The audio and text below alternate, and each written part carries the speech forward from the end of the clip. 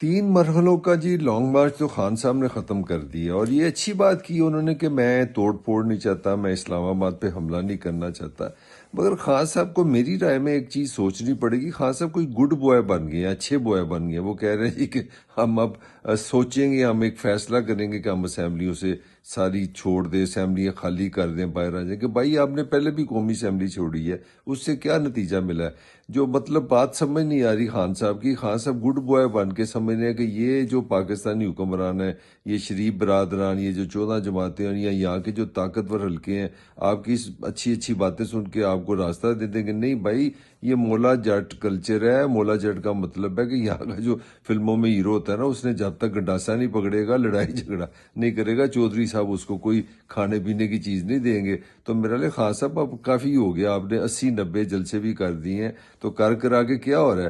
آپ نے پھر ایک کہہ دیے جب اسمبلی